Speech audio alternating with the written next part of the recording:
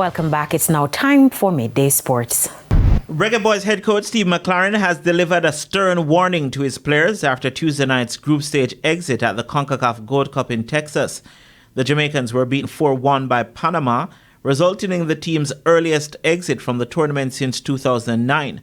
Speaking after the defeat, a reflective McLaren says he has some regrets, but this is maybe what the team needs ahead of 6 crucial games in the final round of World Cup qualifiers. But you know what? I think in the long run, I'm experienced enough to know.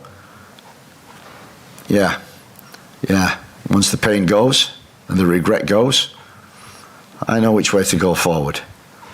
And I know who to go forward with. And so, at the present moment, nobody's guaranteed. And I have to show from now until September what it is that's going to get us to the World Cup. Jamaica has been drawn in a favourable group for the final round of games, where they will play against Curacao, Trinidad and Tobago and Bermuda, with the top team assured of a spot at the World Cup next year. Reggae Girls head coach Hubert Busby Jr. says the federation has to give in to the wishes of clubs over the availability of national players. The Jamaicans will again be without top player Khadija Shaw for their game against England on Sunday, having been recovering from an injury. It's frustrating not to have a lot of our experienced players, but a lot of our experienced players as well are coming off of very, very long seasons, whereas, their clubs have asked them to, and they need that mandatory break, as you can see, and not just us. That's just not us. All the other nations who are playing this late into the season, we're not playing, obviously a competition. So again, these clubs pay these players, and the reality is that we try to work with them in terms of their periodization, in terms of what's healthy for them, what's needed for them.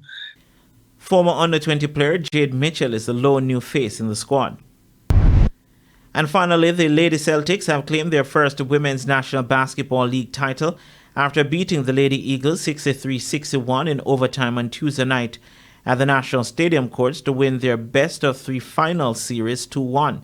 It was a perfect end to a closely contested series as Petrian Buchanan scored 21 points and Danielle Johnson had a double-double of 18 points and 27 rebounds. Kalia Livingston also had 14 points and 10 rebounds.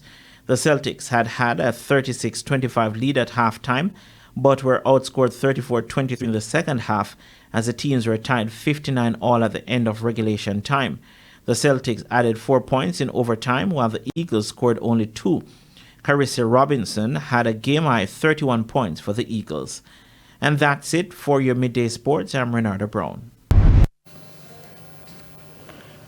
Meanwhile, at news time, Australia are on 99 for 3 after lunch on day 1 of their first test against the West Indies in Barbados. And that's the Midday News package. I'm Kerry-Ann Simpson. Join us at 7 for Primetime News. On behalf of the news, sports, and production teams, good afternoon.